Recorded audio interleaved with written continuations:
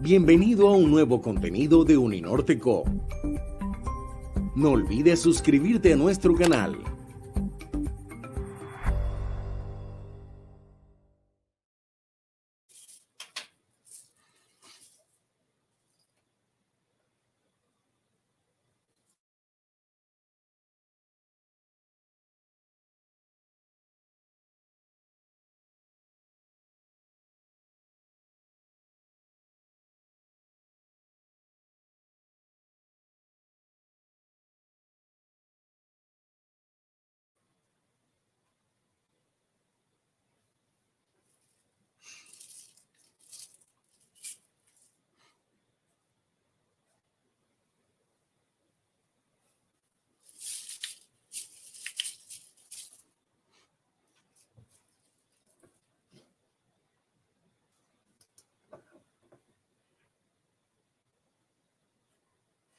Pues no se oye a Diana. Yo no la oigo. Disculpa.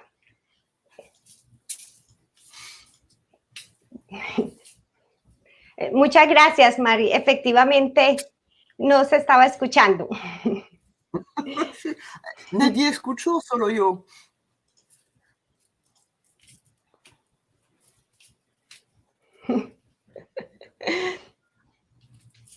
Sí, creo que nadie escuchó. Bueno, bienvenidas y bienvenidos a este libro sobre memoria en conflictos.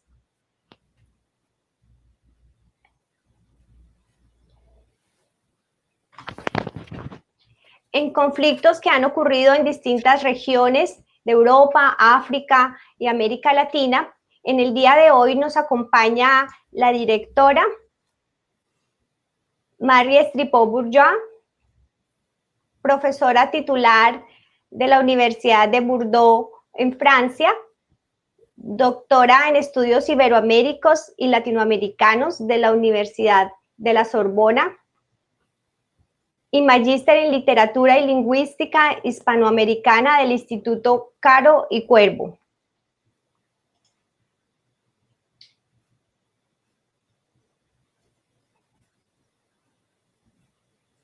Gracias, Mari, por acompañarnos. Bienvenida. Bueno, buenas tardes, Diana, o buenos días para ti, buenos días, para mí, buenas tardes, y muchas gracias por la invitación para conversar sobre este libro.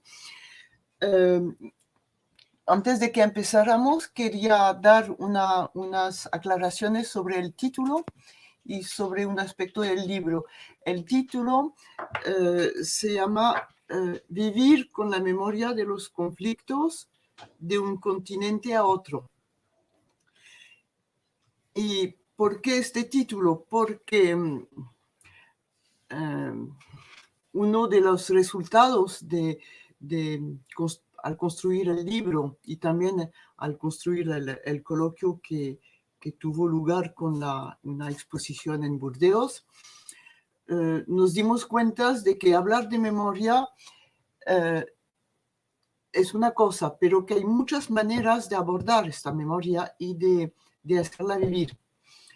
Y que el arte es una manera de hacer vivir la memoria con varias estrategias o métodos.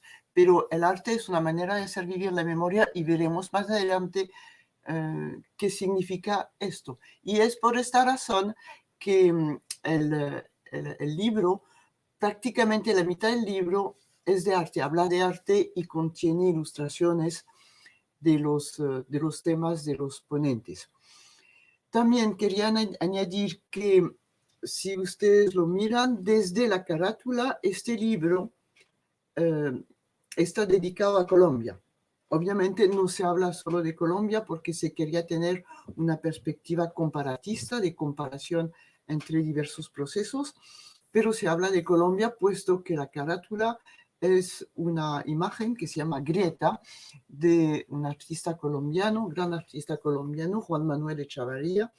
Grieta, que es una de las 160 escuelas, creo que él estuvo fotografiando en el país escuelas abandonadas por la guerra. Y entonces no solamente Colombia, el libro está dedicado a Colombia, sino que el libro nace de un coloquio que se verificó en el mismo momento que se inauguraba la exposición en el Museo de Burdeos de Aquitania sobre la guerra que hemos visto en el 2015. Entonces se inauguró esta exposición que ustedes en Colombia conocen, cuyo tema conocen, y creo que fue también expuesta en Barranquilla, en la universidad, si mal no recuerdo, y se hizo el coloquio, y eso fue al final del 2015, y en 2017 fue el año de Colombia en Francia.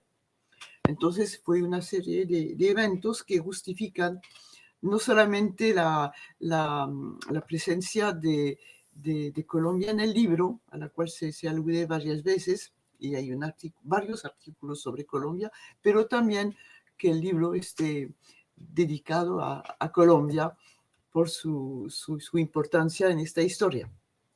Ya no más. Gracias, Mari, por tu presentación inicial.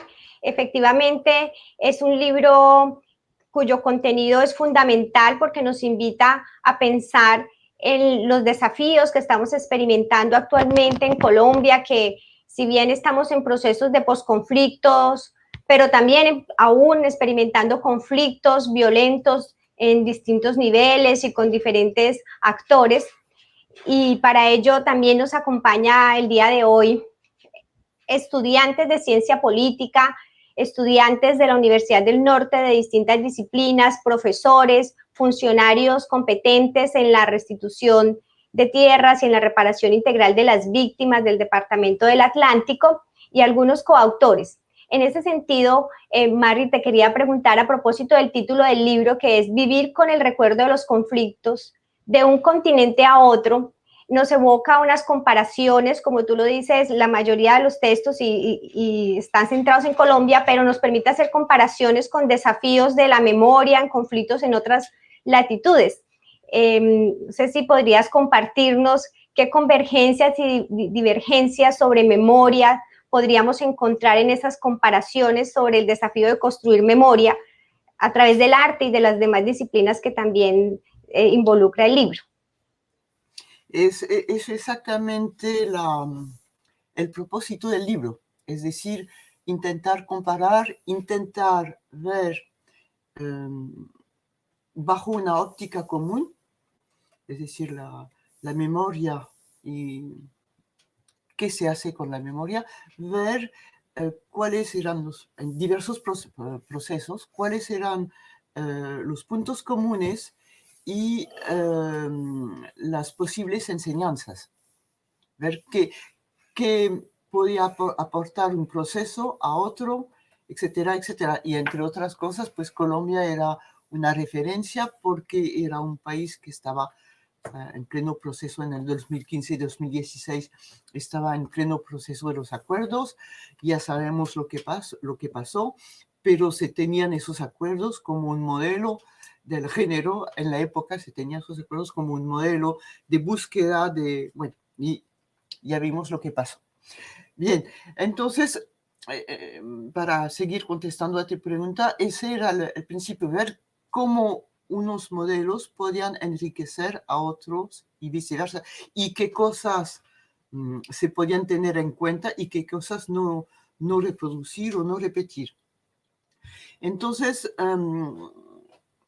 lo que pudimos poner en común es que, bueno, de hecho, cada situación es única, cada conflicto, cada situación es única, pero que hay un punto común, que siempre hay un juego de relaciones de fuerzas entonces con fuerzas diferentes y grados diferentes, relaciones de fuerzas entre Estado, víctimas y victimarios.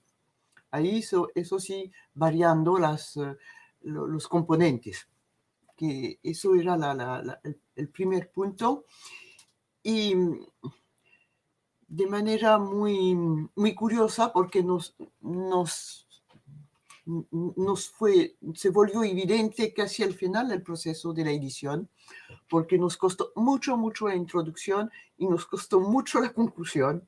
Fue con la sangre y lágrimas esta introducción, porque tuvimos, en un momento dado, nos dimos cuenta de que estábamos en lo que se llama hoy en día el políticamente correcto, si es lo que se puede decir, es decir, lo que uno quiere pensar respecto de esos procesos. Es decir, que ya pues la gente va a vivir en paz, ya la reconciliación, ya se curaron las heridas, etcétera, etcétera. Y de hecho, mirando, pues, y mirando algunos ejemplos que uno pensaba que ya estaban cerrados, ejemplo España, o Francia y Alemania, lo que llaman la reconciliación franco-alemana, mirando esos ejemplos, con unos artículos muy interesantes, nos dimos cuenta de que eso no era tan evidente y de que era indispensable plantearse la pregunta: ¿es posible ponerle fin a un conflicto? Que esa era la pregunta, ¿es posible? Y entonces, segunda pregunta, ¿es posible a escala de una vida humana?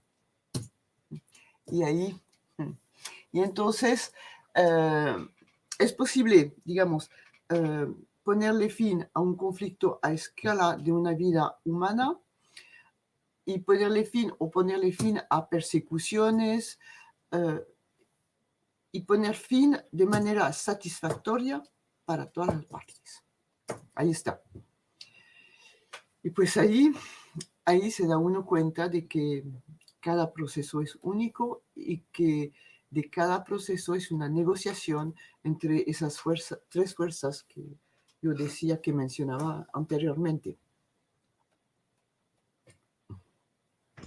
Gracias, Mari. Y precisamente lo que tú comentabas de cómo cada situación es única y repetible, que es una premisa fundamental de los enfoques culturalistas, ¿no? De no generalizar y entender los fenómenos en su contexto en particular. Quisiera hacerte una pregunta más desde el enfoque constructivista, que está relacionada con la introducción, cuando te preguntaba si es posible, se preguntaban con los coautores si es posible poner fin a un conflicto y cierran diciendo que nada está cerrado. ¿Qué papel jugó el arte en la construcción de salidas alternativas al conflicto? Pues justamente el arte es una salida alternativa. Es una salida, no diría que la salida, eso nadie lo puede decir, pienso, sino que una salida alternativa, porque de todas maneras desplaza la mirada, desplaza las cosas por su misma naturaleza, porque se vale del imaginario, se vale de toda una simbología que permite desplazar, que permite vestir las cosas de otra forma. Y entonces, y eso con ese desplazamiento de la mirada permite varias cosas. Permite primero construir una memoria de la guerra.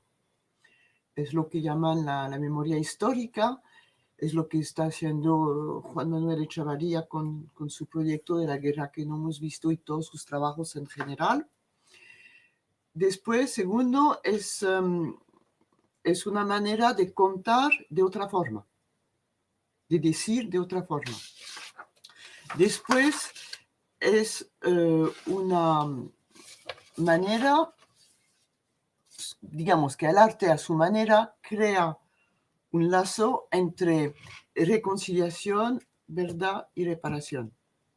A su manera, que no es la manera de la justicia, que no es la manera de los tribunales, pero a su manera. También, cuarto punto, cuarto aspecto, ejerce una función terapéutica. Quinto, porque no es lo mismo, lo separo, también propone modelos de resiliencia. Digamos, función terapéutica y resiliencia no es forzosamente lo mismo. Y su capacidad, su modelo de capacidad a sobrevivir, pues puede ser una un modelo es un modelo de resiliencia. También es el medio por antonomasia de la salvaguardia de una memoria dolorosa, que permite no expresar todo el dolor de una memoria, sino por lo menos dejar entrever algunos baches que, por ejemplo, el lenguaje es casi incapaz, el lenguaje de la novela, del testimonio, es a veces incapaz de transmitir. También, como lo decía, el lenguaje del imaginario permite abre la vía a una reparación simbólica, que tampoco es sinónimo de olvido e impunidad. En ese terreno el arte es muy claro, el arte es obra en su terreno y no va más allá. Y al mismo tiempo, esta reparación, aun si el arte no se sustituye a la justicia, esta reparación que ofrece el arte es a la vez ética y estética. Logra conjugar ambas cosas y viene para sustituirse a las lagunas de la historia, es decir, o a los olvidos, o a lo que ya no existe porque ya no hay testigos, etcétera, etcétera. Y finalmente terminaré con un pensador inglés que se llama John Hone, que nos ha iluminado mucho en todo el trabajo de edificación del libro, pero también en la introducción. Es decir, que él dice que lo que él llama la desmovilización política y desmovilización cultural, de esta desmovilización cultural y de esta desmovilización política dependen las condiciones y las condiciones, la naturaleza y la calidad de la paz que se va a instaurar después. Es decir, que para alguien como Hone, que es un politólogo, pues él coloca la cultura en el centro de la calidad de la paz. Es bastante interesante esta posición. Bueno, ya. Muchas gracias, Mary. Me gustaría que después de darle la palabra a una coautora del libro que también nos acompaña, Claudia Girón, nos pudieses presentar unas imágenes del libro que se van a proyectar y nos las pusieras en contexto, porque esto permite que el público pueda ver estas representaciones y estas construcciones estéticas que dan cuenta de salidas alternativas del conflicto a través del arte. Bien, ¿sabes tú si Camilo recibió mi carpeta o no? Sí, ya nos va a mostrar las imágenes. Si quieres, nos las puede mostrar en este momento. Bueno, ya le voy a decir cuáles imágenes de momento. Vale. Entonces, que si puede abrir la figura 1 y la figura 2. Camilo.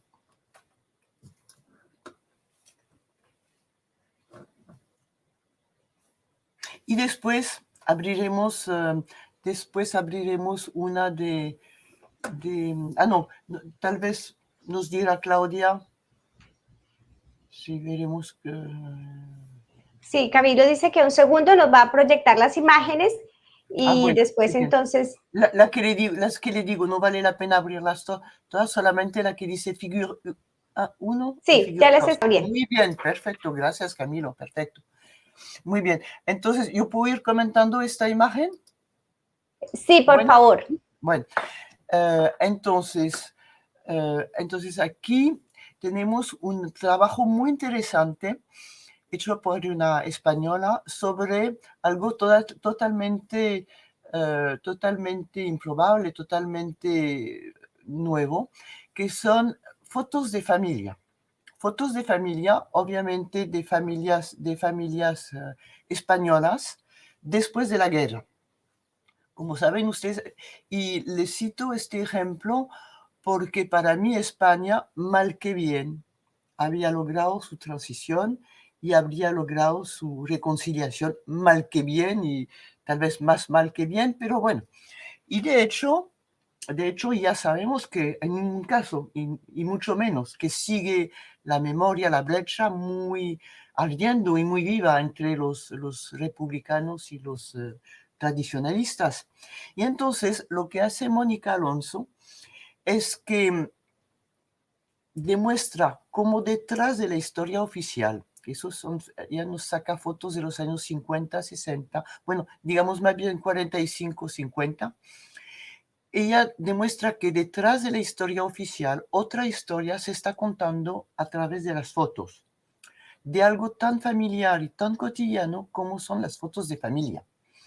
Y ella tuvo la idea de comparar fotos de familia, de familias franquistas, es decir, de los vencedores, y de familias de republicanos, de los vencidos, y los que no se habían ido de España, es decir, los que vivían lo que se llamaba un exilio interior, es decir, que estaban en el exilio en su propio país, sometidos a persecuciones, cárcel, falta de trabajo, bueno, unas condiciones de vida espantosas.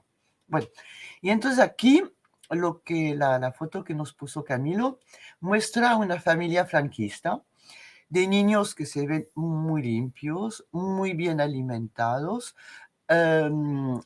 desayunando con la muchacha de la casa, y que lo interesante, dice Mónica, es que los niños están acostumbrados a que los fotografíen, aún en esa época. Ni miran a la cámara, ni les interesa. Otras cosas parecen interesarlos. Si nos quieres mostrar la otra imagen, Camilo, por favor.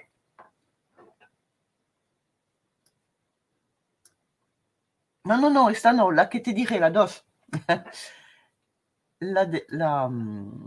La figura 2. Figura 2. Esta es. Si puedes poner más grande, ¿es posible? Muy bien.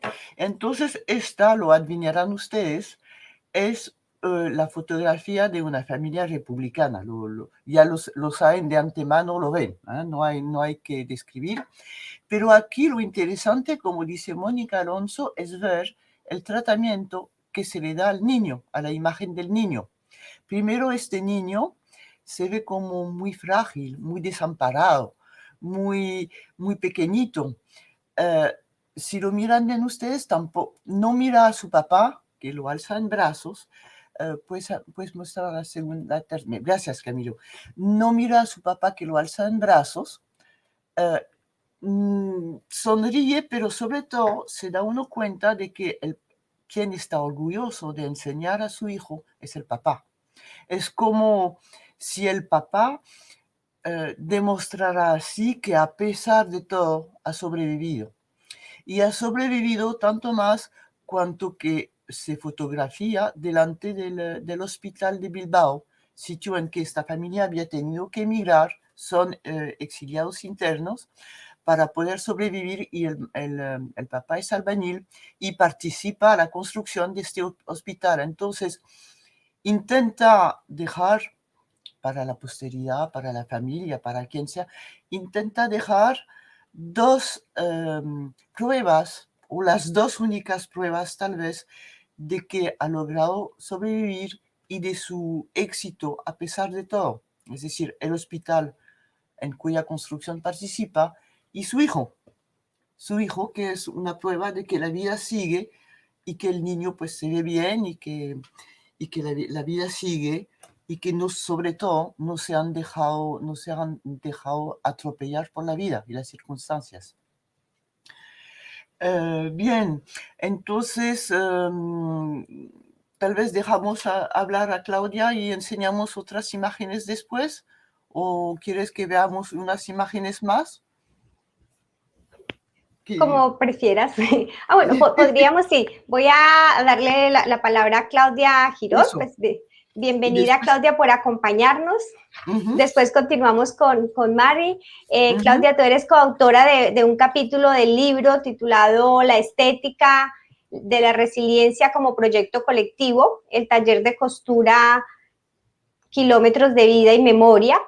Me gustaría que nos comentaras la tesis principal que desarrollan en ese capítulo del libro y si es posible, como nos acompañan estudiantes de ciencia política y de otras carreras de la Universidad del Norte y también los demás invitados, nos puedas hacer reflexiones sobre cómo se lee esto desde una perspectiva constructivista, es decir, desde salidas constructivas al conflicto, de posibles opciones, a pesar de, como decía María, a pesar de las condiciones adversas que permanecen, como lo vemos también en nuestro país.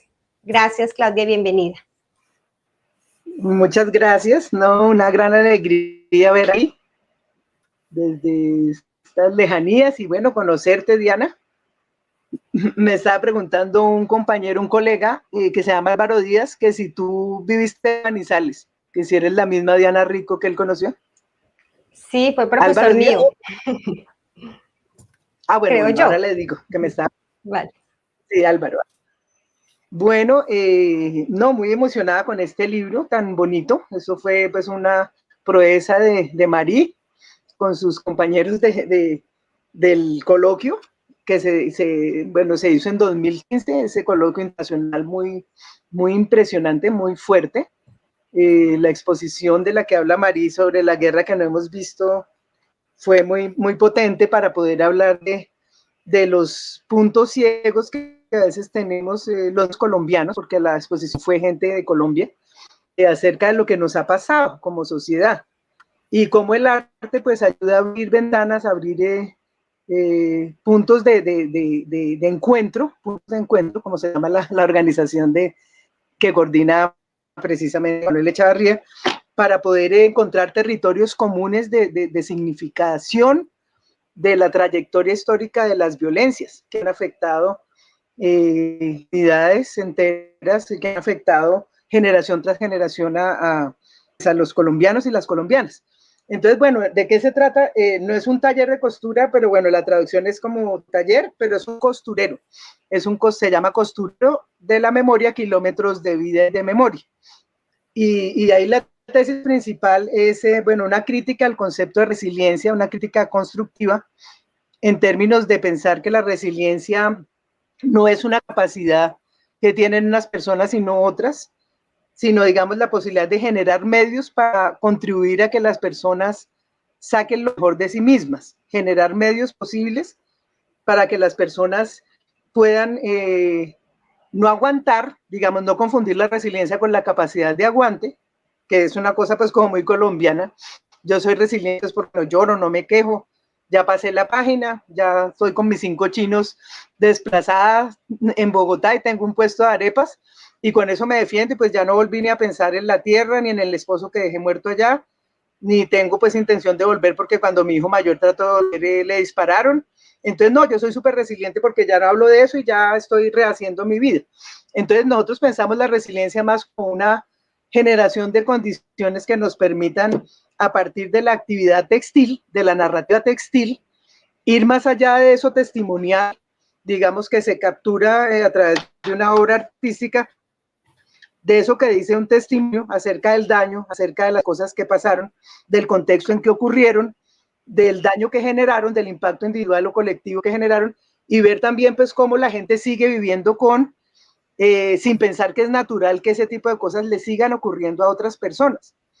La gente puede estar viviendo con la herida, con la cicatriz que de alguna manera le plantea pues que eso que pasó efectivamente, sin estar todo el tiempo sangrando por esa herida, pero bueno, es como pensar en remendar lo social. Nosotros hemos hecho un ejercicio muy interesante a través de ese costurero que se creó en el 2013, como parte de un proyecto que se llama Los Oficios de la Memoria, cuando se inaugura en Bogotá el Centro de Memoria, Paz y Reconciliación. Al principio la palabra reconciliación generaba como resquemor. Estábamos, digamos, hasta ahora pues como empezando a hablar como en serio, digamos, de cómo incorporar toda esa institucionalidad transicional que emerge en Colombia cuando se empieza a hablar de los diálogos entre el gobierno Uribe con los grupos paramilitares y surge la ley 975 de 2005. y luego empieza a surgir el grupo primero de reparación y la Comisión Nacional de Reparación y Reconciliación, luego el grupo de memoria histórica, y luego vemos pugnas que hay entre el Nunca Más, que era el proyecto anterior, que era un proyecto no institucional, de bases de datos que se habían creado de las organizaciones y movimientos sociales, con la propuesta del Basta Ya, digamos. Entonces empezamos a ver pues cómo sistémicamente podemos unir, porque no se trata de tener una propuesta hegemónica, con una propuesta contrahegemónica que golpee pues, a la propuesta hegemónica, sino ver cómo se articula y cómo se teje un relato donde podamos sentir que la institucionalidad reconoce y nos reconocemos, digamos, también como promotores de la institucionalidad. Entonces, desde esa mirada hicimos un trabajo de ciudadanía memorial. Nos basamos mucho en el trabajo que han hecho los chilenos y los argentinos para trabajar no solo en torno a víctimas y victimizaciones, digamos, directas, sino, digamos, al tipo de tejido que como concepto de las ciencias sociales de alguna manera es lo que ha generado urdimbres y tramas colectivas, relacionales, discursivas, que han legitimado, normalizado formas de violencia desde la conquista y la colonia, y que impiden que la sociedad se reconozca en sus raíces y reconozca en ese otro posibilidad de una alternativa de ser y de aproximarse. Entonces nosotros trabajamos conceptos como otredad, proximidad y alteridad, digamos como algo que se teje, y a través de los tejidos empezamos a unir víctimas de diferentes sectores y actores sociales con ciudadanos del común que no se sienten parte del conflicto en esta generación, y empezamos a hacer un trabajo intercultural, intersectorial e intergeneracional para poder, digamos, dar cuenta de qué nos ha pasado como sociedad, y las telas, digamos, expresan momentos diversos de la vida desde una visión de línea del tiempo, fotografía de la memoria, pero buscando territorios comunes, no digamos como comunidades fragmentadas de dolor que cada una habla desde su lugar de enunciación, sino de posibilidades de dialogar y de tejer, pero también de destejer prácticas que se han normalizado, empezando por concebir al otro como población objeto, a partir de la cual yo investigo o yo hago arte, yo tomo fotografía de ese otro como si fuera público espectador, sino cómo nos relacionamos de una manera nueva, cómo remendamos lo social y cómo destejemos las prácticas que no deben volver a repetirse. Y eso es un proceso de largo aliento. Gracias, Claudia. Ahora, me parece muy interesante lo que tú estás planteando, perdona la interrupción, porque efectivamente allí ligas elementos que tienen que ver con el enfoque constructivista, que tienen que ver cómo son los intereses, los actores, las identidades, cuando hablas de otredades.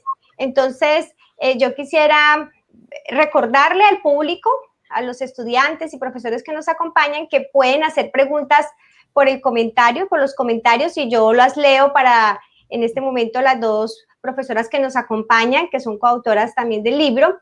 Y me gustaría, Claudia, dejarte esta pregunta para que después que Mari nos siga mostrando imágenes, nos la puedas responder. Y tiene que ver con la incidencia política que puede tener estas iniciativas de memoria que vienen desde abajo. ¿Qué incidencia pueden tener en la política para que realmente haya unas políticas públicas que efectivamente contribuyan a la construcción de paz y sea mal que bien, no más mal que bien, como lo comentaba Mari, pues en otras experiencias en otros países, ¿no? Tú decías que se aprendió de lecciones en Chile, en Argentina, entonces sí que nos gustaría que nos contaras esto, sobre todo porque, bueno, estamos también en el marco de una clase de estudiantes de ciencia política, aunque está abierto a invitados de otras disciplinas. Entonces, te pido por favor como pensar esa pregunta. Mientras tanto, la profesora Mari nos cuenta, por favor, nos muestra otras imágenes y las reflexiones que dan cuenta del hilo conductor del libro. Muy bien. Camilo, ¿nos puedes abrir la foto 1 de Esther Chaleff? La foto 1 y después te presente la segunda. Gracias, Camilo. Bueno, para contestar a tu pregunta, Diana, finalmente yo creo que lo mejor es utilizar imágenes para ilustrar lo que ya te decía y seguir conversando. Aquí tienes un monumento de una artista alemana de origen judío que se llama Monumento contra el Fascismo. Es del 1986.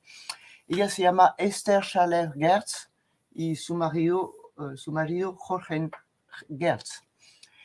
Ella, la teoría de ella, el planteamiento de ella es que no hay olvido, no se olvida.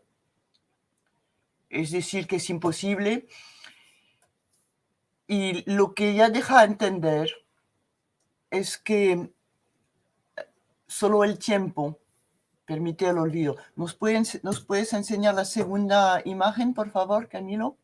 Esta, bueno, no se ve gran cosa, lo que se pueda, porque eso ilustra la segunda parte de la obra. Es decir, que son diversos momentos de este monumento contra el fascismo, varias fechas, porque este monumento que mide 12 metros de altura para una superficie de 1 metro cuadrado, este monumento poco a poco se va hundiendo en el suelo. Poco a poco se hunde en el suelo hasta que hoy en día solamente se puede mirar mediante quedó así, como lo enseña Camilo, y solamente se puede mirar mediante una ventanilla en el suelo. Y con eso ella, eso se llama un monumento. Entonces, son términos contradictorios porque ella lo llama monumento evolutivo. Pues yo creo que se puede llamar antimonumento, porque un monumento que no esté ahí para los siglos de los siglos, que no esté ahí fijo justamente para fijar un momento de la historia y de la memoria, demuestra que hay algo con la memoria, que algo pasa. Y entonces eso permite hacer el nexo, este trabajo de esta artista, de esta Charlotte Gertz, permite hacer el nexo con lo que hemos llamado las reconciliaciones emblemáticas. Reconciliaciones emblemáticas son reconciliaciones de las cuales se pensaba que incluso podían servir de modelo, que ya eso estaba hecho, que ya ni se volvía ni a cuestionar ni a pensar, que ya no era tema. Entonces, una de ellas siendo, de esas reconciliaciones siendo España, ya hablamos del tema. La otra, que es todavía, que es tan interesante como España, es Alemania y Francia.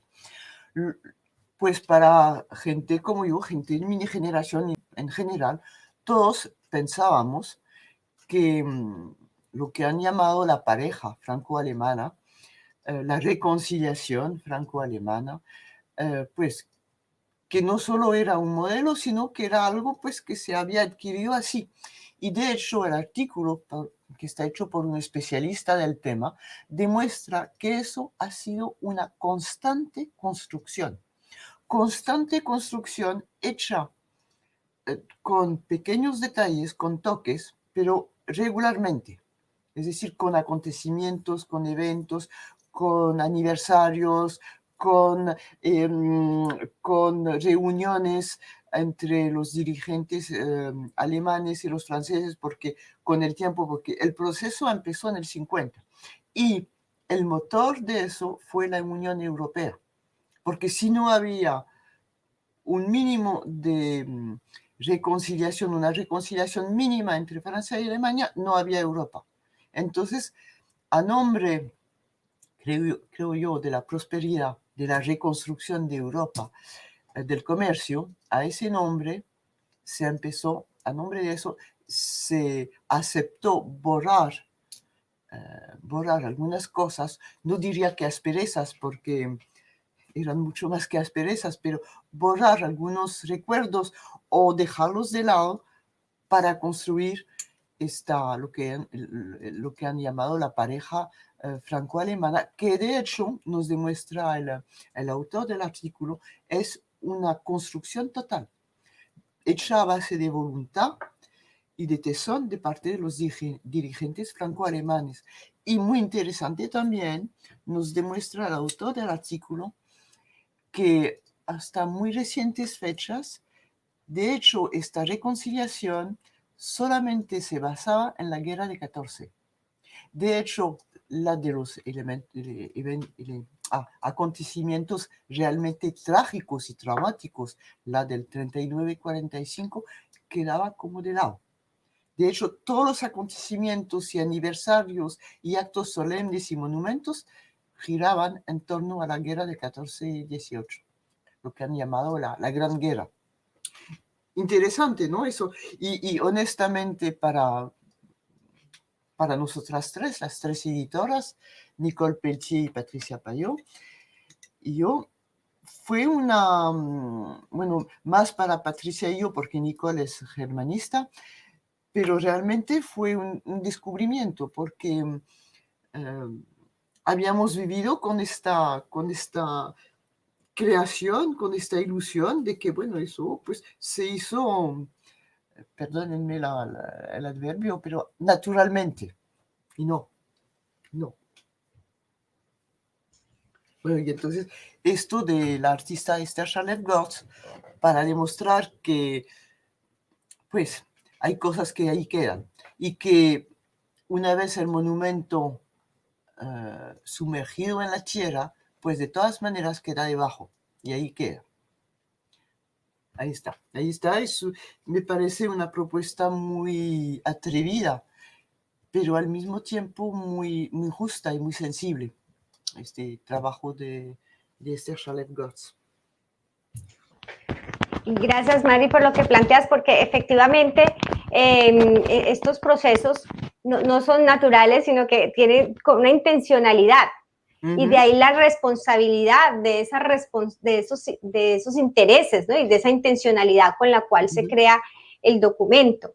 Eso también me lleva a plantear otra reflexión sobre algo que planteabas al comienzo, y es que cuando se habla de memoria no significa olvido, o sea, no hay olvido, y es uno de los debates que en Colombia todavía se están experimentando, y es que hablar de perdón no significa hablar de olvido, que el tiempo no es que permita olvidar, sino que permite resignificar los recuerdos, y ahí está, de ahí el papel de la institucionalidad en cómo acompaña estos procesos de justicia transicional, en que esa resignificación realmente sea una salida orientada a la reconciliación, a rutas de paz sostenible, y no a que se revierta en más violencia, en conflictos, en venganzas, como lamentablemente estamos experimentando en Colombia en este momento, que las víctimas no cuentan con garantías de no repetición, por ejemplo. Y hice este comentario a propósito que esta semana, el 9 de abril, se conmemora en Colombia el Día Nacional de la Memoria y la Solidaridad de las Víctimas. Por eso me parecía muy importante el lanzamiento de este libro adicional en esta semana. Entonces, al igual que la pregunta que le hice a Claudia, me gustaría que después de la intervención de Claudia, tú, si bien consideras, puedes mostrarnos más imágenes y respondernos sobre los desafíos o aportes que el libro deja a las respuestas institucionales sobre el manejo de la memoria en términos de reconciliación. Sé que es una pregunta muy grande, pero... No, pero tienes razón en empeñarte, porque no había terminado mi primera respuesta en relación con la institucionalidad. ¿Por qué enseñé estas imágenes del monumento de Esther Charlotte-Gortz? Para ilustrar cómo la respuesta institucional, que consiste en erigir monumentos, no forzosamente es una respuesta, ni forzosamente corresponde a la espera de la gente, no forzosamente. Mayormente cuando, bueno, en el caso del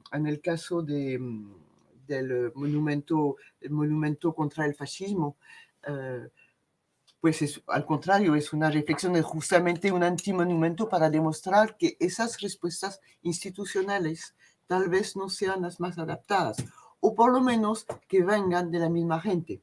Bueno, en Colombia se han hecho varias cosas, no tanto institucionales, pero en torno a lugares públicos, a lugares compartidos por todos, pero que vienen de la misma gente.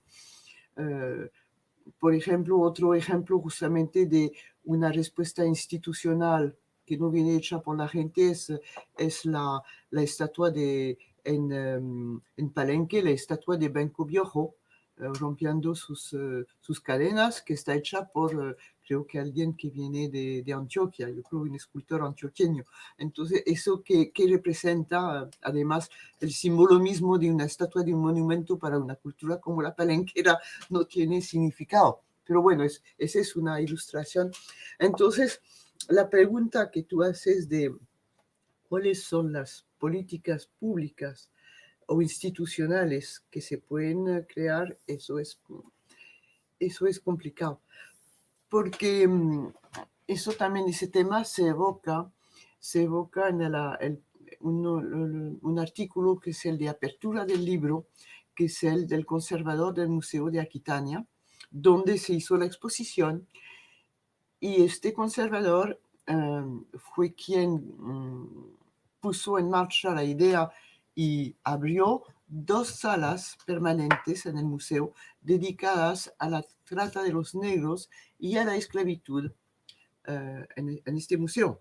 Porque Burdeos es una ciudad negrera, es una ciudad que tuvo que ver en el comercio triangular y vamos a decir, una parte de la riqueza de Burdeos, no la riqueza de Burdeos, sino parte de su riqueza, se debe a ese aspecto. Aunque hay muchos mitos sobre eso, pero bueno, parte de la riqueza de Burdeos se debe a la trata al comercio triangular, como dicen, y hay algunos monumentos en que se encuentran vestigios de eso. Digamos que monumentos, pero no monumentos oficiales, sino, por ejemplo, casas, decoraciones en las fachadas, algunas cosas que recuerdan ese pasado. Y entonces, en ese artículo, el conservador del museo dice que la compensación material, sobre todo después de tanto tiempo, es muy difícil, muy complicada, pero que en cambio el reconocimiento, porque la noción de reconocimiento es una noción bastante reciente que ha venido a enriquecer el campo semántico de verdad, reparación y reconciliación, la noción de reconocimiento es algo fundamental y que tal vez hay que construir las cosas, las actividades alrededor de eso, de la noción de reconocimiento, y después se ve con unos y otros cómo, en qué consiste este reconocimiento. Muchas gracias, Mari, porque efectivamente estas políticas de reconocimiento, que son políticas que dan cuenta de una justicia social, que no solamente se queda en la redistribución, sino también en reconocer a los otros, en las diferencias, son fundamentales y se puede generar puentes para la reconciliación. Sí, y te quería compartir una pregunta que hace en el público Olga Hernández, pregunta si hay en el libro alguna relación o algo en relación a impunidad y los procesos de perdón y reconciliación. Impunidad y los procesos de... Espera que... O si quieres lo piensas. No, porque efectivamente hay dos...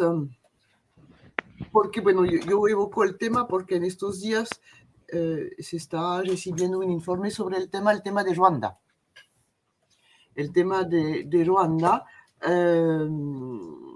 pues se evocan 2 cosas. Por una parte, el trabajo con las víctimas por medio del teatro, y por otra parte, el uso de los tribunales tradicionales que se hizo en Ruanda, los famosos gachacha, los tribunales tradicionales. Y entonces el autor del artículo, que es jurista sobre los tribunales, dice que eso permitió que no se pusieran en claro las responsabilidades. porque salieron del campo o del campo de visión muchos culpables. Y el teatro, por su lado, demuestra que muchas víctimas en Ruanda estiman que no ha habido, mejor dicho, que ha habido impunidad. Y en estos días estamos, como te decía,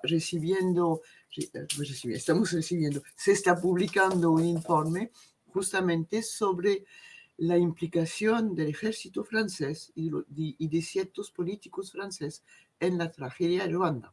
Entonces, en este caso, también se puede hablar de sospechas de impunidad, pero de impunidad en la comunidad internacional. Es decir, de hombres públicos y políticos de la comunidad internacional que no hicieron nada, y la acusación es que sabían, estaban al tanto, estaban informados y no levantaron el dedo meñique. Bueno, es lo que aparentemente se dice en el informe, porque no se sabe mucho más que eso. Pero ahí hay un caso de impunidad, porque algunos de los implicados todavía están en vida, etcétera, etcétera. Bueno, y también se evoca otro caso, que es el caso de Chile. De Chile, se evoca el caso de Chile mediante un escrito de un compañero nuestro, profesor en la universidad, que pues es una víctima de la dictadura y que todavía está esperando reconocimiento y justicia, y está esperando. Pero eso, digamos que es más bien una impunidad a nivel de la sociedad entera, pues, o digamos que es como un acuerdo de la sociedad, de una parte de la sociedad, para que las cosas sigan así. Gracias, María. Efectivamente, esta información que nos das abre otros campos de líneas, ¿no? De investigación sobre impunidad, el papel de actores internacionales en el tema, sí. Quisiera darle la palabra a Claudia para que, si puedes, por favor, tienes algún aporte en relación a la pregunta sobre aportes de tu experiencia a la construcción de políticas públicas. Y también creo que desde el costurero podrías hablar sobre la relación entre impunidad y reconciliación. Bueno, sí. La experiencia del costurero ha sido compleja porque precisamente como hay involucradas subjetividades políticas, identidades, comunidades de memoria y de dolor, ha habido fricciones. Entonces el costurero mismo es como un espacio muy metafórico de lo que es la diversidad, digamos, como de filamentos, de hilos, las apuestas desde el cuerpo, desde las manos, desde las voces y las voces para generar un espacio común y una posibilidad de incidir en lo público, y viendo cómo se teje, pasa a pequeña escala al interior del mismo colectivo. En este momento, por ejemplo, el colectivo se ha dividido en varios costureros. Empezó siendo un costurero en Bogotá, se inspiró con el trabajo que hicieron las mujeres de Mampán a raíz de un trabajo anterior de campo que hicimos en Montes de María, en Putumayo, en Catatumbo, bueno, en norte de Santander, y digamos sobre la base de una propuesta de generar con las comunidades la idea de plasmar en objetos artísticos qué ha pasado en el territorio, qué ha pasado en el cuerpo, qué ha pasado en la cultura, y cómo, digamos, la cultura también es una manera de resistir los monumentos, la posibilidad pues, de incidir en eso público para visibilizar lo invisible. Entonces logramos, a través de esos ejercicios que hizo la gente, ver la potencia que tenían los tejidos en la incidencia. Entonces, bueno, las de Mampuján, las personas de Mampuján son un ejemplo, porque ellas no hablan solo del desplazamiento, sino del asentamiento cuando llegaron a un nuevo territorio, de lo cotidiano que las hizo, digamos, potentes para seguir viviendo, desde la alegría, desde el reconocimiento del daño que sufrieron, pero también desde el reconocimiento de las posibilidades de seguir adelante y de pensar en retornar a su tierra y recuperar su tierra y el retorno, pero también empezaron ellas a pensarse como comunidades afrodescendientes, como parte de una historia más larga y empezaron a trabajar todo lo que tenía que ver con cerebro en un continente racista, en un universo racista globalmente, y bueno, que ellas llegaron, sus ancestros llegaron de África y empezaron a ser esclavos y digamos de alguna manera pues eso se refleja en los patrones de racismo que siguen vigentes desde la colonia, y eso hace pues que esas comunidades negras o campesinas o indígenas sean excluidas del gobierno, de los planes de gobierno y sean considerados como ciudadanos de tercera o ni siquiera ciudadanos, despojados de sus tierras, desplazados, negados como sujetos de derecho.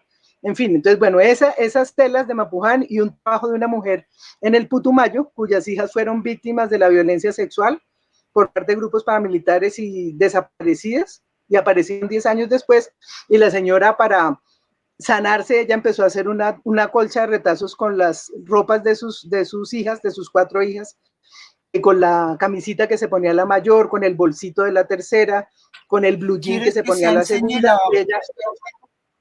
Claudia, la tela no, la foto? Sino que no sé cómo, yo tengo acá la Claudia, foto, pero no sé cómo sí puedes compartir. Bueno, pero Mari puede. Yo lo puedo abrir. No, desafortunadamente no lo había... Sí, bueno, digamos, esa foto fue muy importante. Esa sí, es súper importante porque eso fue como un hito para entender que cuando la voz no sale, porque duele mucho, porque hay nudos en la garganta, porque hay nudos, digamos, muy fuertes de miedo, la gente no expresa de otra manera. Y esta señora solitariamente habló de lo que había pasado y luego fue contado, narrado por otras mujeres, porque pues se había la posibilidad de hablar de esas violencias del cuerpo en el territorio del Putumayo. Y eso también pues dio lugar al informe del grupo del Centro de Memoria Nacional de Memoria Histórica sobre el placer Putumayo, todo el uso pues del cuerpo de las niñas, jóvenes, adolescentes, mujeres, y también se hizo ese trabajo con las mujeres guayú en Vallaportete. Entonces en nuestro costurero había, por ejemplo, mujeres guayú desplazadas, y parte pues de ese trabajo que nos inspiró a nosotras, la mujer del Putumayo, empezó pues a gestarse como un ejercicio de ver esas violencias en lo público, en el contexto del conflicto armado, pero digamos como dan cuenta de la manera en que esa concepción patriarcal se puede, digamos, asimilar. Eso tiene que ver con un proyecto posterior de investigación en el que estoy, que después les cuento, pero se puede asimilar esas prácticas de despojo y apropiación con la violencia patriarcal sobre el cuerpo de las mujeres y sobre la naturaleza como sujeto vulnerado. Eso han sido desarrollos posteriores. Yo puse en la pantalla la imagen de la cual habla Claudia, si quieres enseñarla, porque se me había olvidado ponerla en la... ¿La puedes enseñar como hicimos ayer? Sí, ahí está. Sí, debes entrar primero en Share Screen. ¿María o yo? Okay, yo. Ok, ya estoy. No, estamos poniendo la colcha de retazos de la cual hablabas para poderla tú comentar, Claudia. ¿Y qué debo hacer también? Ya está.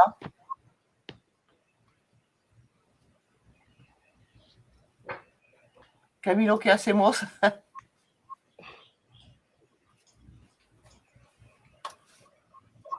Bueno, mientras tanto yo sigo conversando. Entonces, sí, bueno, precisamente, bueno, eso fue lo que dio lugar a pensar en el tejido como ese lugar de una práctica con las manos, con el silencio, con la escucha, con las cosas que se pueden expresar poco a poco, algo muy procesual.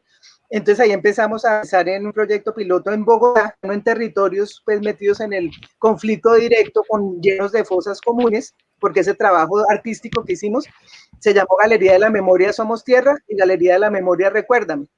Hicimos después instalaciones con los objetos que construyó la gente. Uno de los más frecuentes fue el agua, fue los cuerpos que flotan en el agua, en el que trabaja pues también Juan Manuel Echavarría con su proyecto de Puerto Berrío con los NN, pero fue muy impactante ver en todos los lugares, y también en el cine, también en la literatura, pues el tema de los cuerpos que se lleva el agua, el olvido, digamos, de los cuerpos que se llevan el agua, y la gente, pues uno de los objetos que más trajo, además de los telares y de las cosas manuales, fue la chancla que encontró en una playa, el sombrero de alguien que encontró en un río, las gafitas de alguien. Entonces nosotros hicimos unos acuarios de la memoria, y hicimos una construcción también de canoas, porque parte de la resistencia de la gente era con las canoas, cuando iban en la canoa por el río, recoger los cuerpos o los pedazos de cuerpo y enterrarlos. Eso, digamos, Juan Manuel Echavarría lo trata muy bien en su obra de Puerto Berrío, de dar nombre pues a esos humanos que no tienen nombre, que se diluyeron. Pero bueno, esta colcha es como un símbolo muy potente que dio lugar luego al costurero Kilómetros de Vida, y le pusimos kilómetros precisamente pensando en que el Centro de Memoria, Paz y Reconciliación de Bogotá es un lugar de no solo bogotanos o gente que vive en las localidades, sino gente que viene y ha recorrido kilómetros para llegar a Bogotá desplazada en esta generación o en las anteriores. Nosotros todos somos hijos y nietos y bisnietos de gente que pues tuvo que desplazarse por las múltiples capas de violencia que hay en Colombia. Entonces empezamos a trabajar el hecho de aparecer, porque la colcha, si ustedes ven, ahí está ella se llama Blancanieves Meneses. Doña Blancanieves, con las fotos de sus hijas, ella se pone al centro, como una voz que al principio no se oye, pero como una voz que quiere decir cosas, y ella empieza pues a través de esa tela a generar ganas y motivaciones en las mujeres que no han podido hablar, de sacar su voz. Entonces nosotros empezamos a ver la importancia de salir de los lugares comunes, de pensar que los expertos, los artistas, los neutrales son los objetivos, los que tienen pues como una visión entre comillas objetiva, son los que tienen cosas rigurosas que decir acerca del otro, y se extrae el testimonio del otro, y no, entonces es ver que todos tenemos voz, lugar común de hay que darles voz a los que no tienen voz. Nosotros empezamos a replantearlo. Entonces el costurero se planteó como un lugar de encuentro de ciudadanías, donde había personas vulneradas, donde el tema de la violencia sexual vimos pues que no era solo en el marco del conflicto, sino en el ámbito pequeño, cotidiano, invisible, y fue una apuesta a empezar a tejer paz a pequeña escala, súper compleja, porque como les digo, en este momento, de ese costurero que empezó con mucha fuerza, y luego hicimos un ejercicio, de eso hablo yo pues en esta ponencia, que no la habíamos hecho en ese momento porque la ponencia fue en el 2015, pero el ejercicio era lograr con la Red Nacional de Tejedoras de Memoria, donde estaban las de Mampujá, las de Chocó, las de Putumayo, diferentes tipos de costureros, con diferentes miradas, pero bueno, el tema era narrar a través del arte textil los sustos, los procesos también de resistencia, visibles o invisibles, para vivir, para seguir viviendo. Entonces nosotros logramos en el 2015, digamos, ya generar pues como toda una campaña de expectativa de envolver el Palacio de Justicia, rodearlo con 600 metros de telas construidas por la gente en las regiones, y que vinieran a Bogotá y que hiciéramos un ejercicio performativo sobre el concepto de justicia en un país donde hay una ambigüedad muy grande frente a la justicia institucional, la justicia por mano propia, la víctima, el inocente, el culpable, hay una ambigüedad profunda. Entonces era como destejer desde espacios de encuentro la naturalización pues, de que hay víctimas más culpables que otras, hay victimizaciones que son más legítimas que otras, y lograr consensos éticos remendando, digamos, esas fisuras y llenando de sentido los agujeros negros de la memoria, de sentido desde una pluralidad de voces que nos permitiera entender que somos parte del futuro, parte de ese tránsito que hay que dar, porque no es un salto en garrocha, pues, desde de querer hacer, sino, digamos, pensar críticamente la resiliencia no como algo que tienen las personas, sino como lo que posibilita que la gente, digamos, transite hacia otro lugar, y las colectividades también. Entonces nosotros creamos un símbolo que eran las tortugas de la memoria, que creo que no sé si hay foto en el libro de las tortugas, que era el símbolo de los procesos. Las tortugas eran redondeles grandes o pequeños o medianos, uno arriba y otro abajo, con una cremallera, una cabecita a las patas de la tortuga, y la tortuga significaba la lentitud del proceso, y digamos, si eran tortugas anfibias, eran tortugas que se movían ágilmente en el agua, pero lentamente en la tierra, y de alguna manera pues no dejaban de ser la misma tortuga. A veces uno es más lento cuando no tiene los medios, pero fluye cuando hay los medios. Entonces empezamos a trabajar, estas tortugas se llamaban paciencia, que era la ciencia de la paz, paciencia, perseverancia, esperanza, templanza, confianza, y alrededor de estos conceptos empezamos a construir una comunidad. Luego empezó a haber fisuras entre las madres de Soacha que empezaron a ser convertidas en íconos por la academia, por todo el mundo que llegaba a entrevistarlas, a sacarles documentales, y empezamos nosotros a ver pues que les da rabia a las otras, que porque solo investigan sobre estas señoras de Soacha. Entonces ahí la respuesta fue espantosa, porque es que esas víctimas sí eran inocentes, ellos sí eran inocentes, en cambio pues de la UP pues no eran tan inocentes. Entonces pues nos interesa ver por sociedad a gente inocente, la convierten o la disfrazan en guerrillero, que es lo que pasa, pero había pues como una posibilidad de articular con esos otros que fueron construidos como enemigos, que siguen siendo negados como sujetos. Entonces ahí empezamos a hacer un trabajo pues muy interesante, pero eso digamos generó fisuras en las víctimas, y las comunidades afro, por ejemplo, armaron un costurero aparte, las Mafapo ahora tienen su costurero muy en torno a su historia pues de los falsos positivos, están trabajando muy fuertemente con la JEP, y en este momento el costurero está constituido por víctimas, pero también por gente de universidades, por profes, por estudiantes y por artistas. Entonces es un lugar pues como no solo de víctimas que se están pugnando entre sí la visibilidad, porque eso digamos generó fisuras y nos enseñó mucho. Entonces pues porque a veces la gente decía, no, es que usted no es víctima, entonces usted no tiene por qué estar aquí. Otra persona decía, no, es que como usted es víctima, entonces usted sufre todo el tiempo, entonces pobrecito, entonces hay que hacer acompañamiento psicosocial. Y las víctimas decían, bueno, es que el acompañamiento según ustedes es mientras sacan el tema de investigación, nos acompañan y luego no los vuelven ni a ver, o cómo es la cosa. Entonces aquí pues la práctica es relacional y es una construcción muy interesante y compleja, y el 9 de abril vamos a tener precisamente el Día de las Víctimas y la Solidaridad, el Día de la Memoria y la Solidaridad con las Víctimas, una exposición gigante de telares de la memoria donde estamos los costureros de Bogotá. Entonces vamos en la sede de la Comisión de la Verdad a exponer una tela. La tela central es la tela que estamos haciendo nosotros, Kilómetros de Vida, que es una tela de 30 metros, donde hablamos del daño transgeneracional y del problema de los niños, niñas, jóvenes y adolescentes y la relación con un futuro posible. Esa tela se está construyendo desde el 2019 a varias manos, donde los niños y jóvenes han tenido un lugar.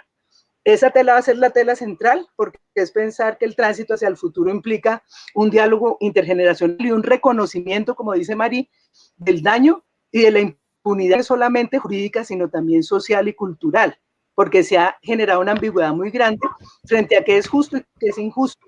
Entonces el 9 de abril los invitamos. Hay otras exposiciones, otras telas de los costureros de las Afro, de las mujeres de Soacha, de las mujeres de Bosa y de las mujeres de Suba. Entonces va a ser algo muy potente, y nos han invitado a hacer a los costureros quienes acompañemos el lanzamiento del informe final de la comisión cuando se lance, porque precisamente es la metáfora de lo que se teje, de lo que a veces toca cortar duro, porque hay conflictos jodidos, pero también se puede remendar, así no se vea bonito y la cicatriz sea parte pues de esa experiencia.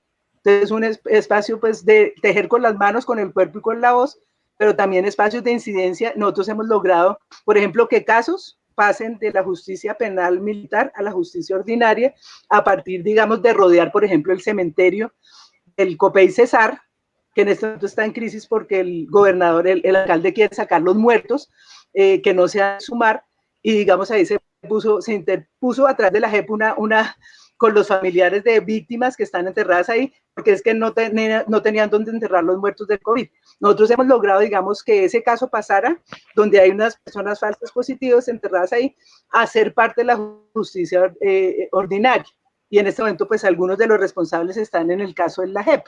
Hay cosas que se pueden tejer y pueden generar procesos de incidencia política y lucha contra la impunidad, que, como dije, no es solamente jurídica, sino política, y también, si podemos hablar desde lo psicosocial, hay barreras psicosociales para la paz, que son como cosas que hay que trabajar desde eso relatos, que nos indica pensar no a lo como sujeto de estudio, sino como autor y coautor de espacios y escenarios donde nos transformemos unos a otros.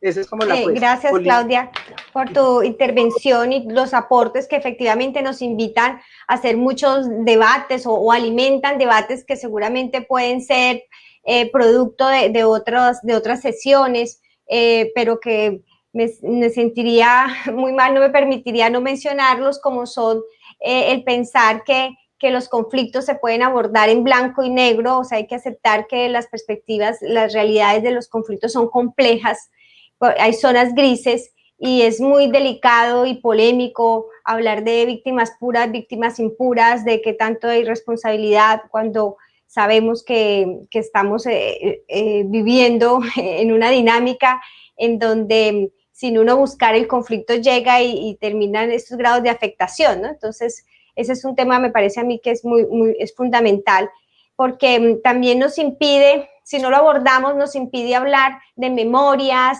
subjetivas, de memorias horizontales, y termina siendo peligroso porque lo que da es cabida a que se generen discursos de memoria hegemónicos que son peligrosos.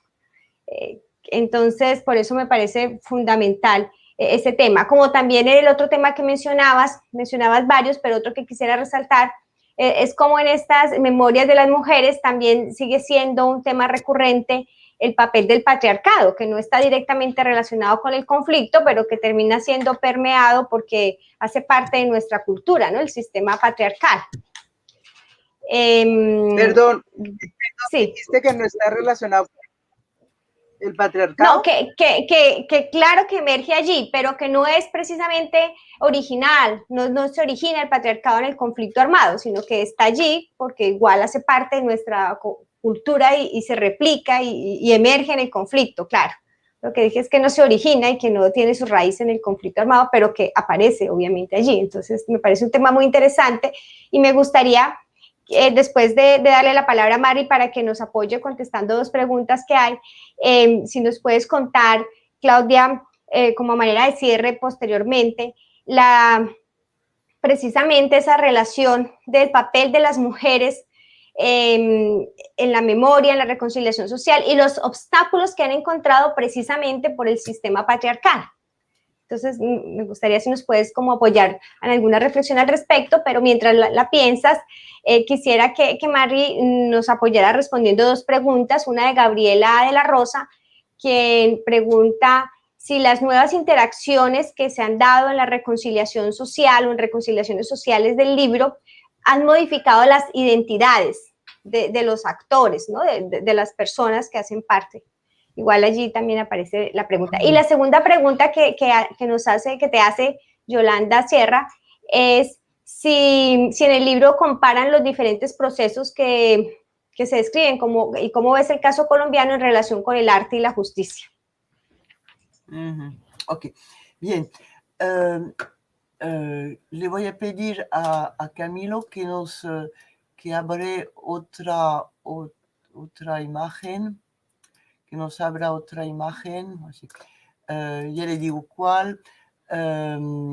Si nos puede abrir la que dice imagen una mamá y yo.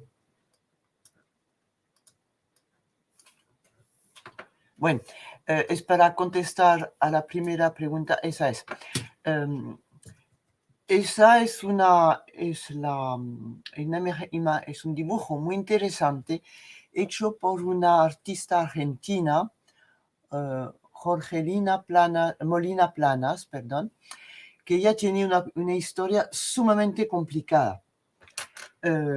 Ella, padres militantes, padre y madre militantes, padre asesinado al día al día o al mes del golpe de Estado, y madre desaparecida cuando la niña tenía 3 años y medio, 4 años. La niña colocan a la niña en centro de esos y es adoptada por una pareja, obviamente de los que apoyan al régimen, y ellos, así, de manera tajante, deciden que ella ya no se llama Jorgelina, sino Carolina. Bueno, y de ahí en adelante va a empezar todo un proceso en que la niña pues ya tiene algún recuerdo de su pasado, pero como ella lo explica, ella intenta, como todos los niños, captar y granjearse amor y protección. Entonces, para eso va a intentar entrar en unos moldes que con el tiempo se van a volver insostenibles.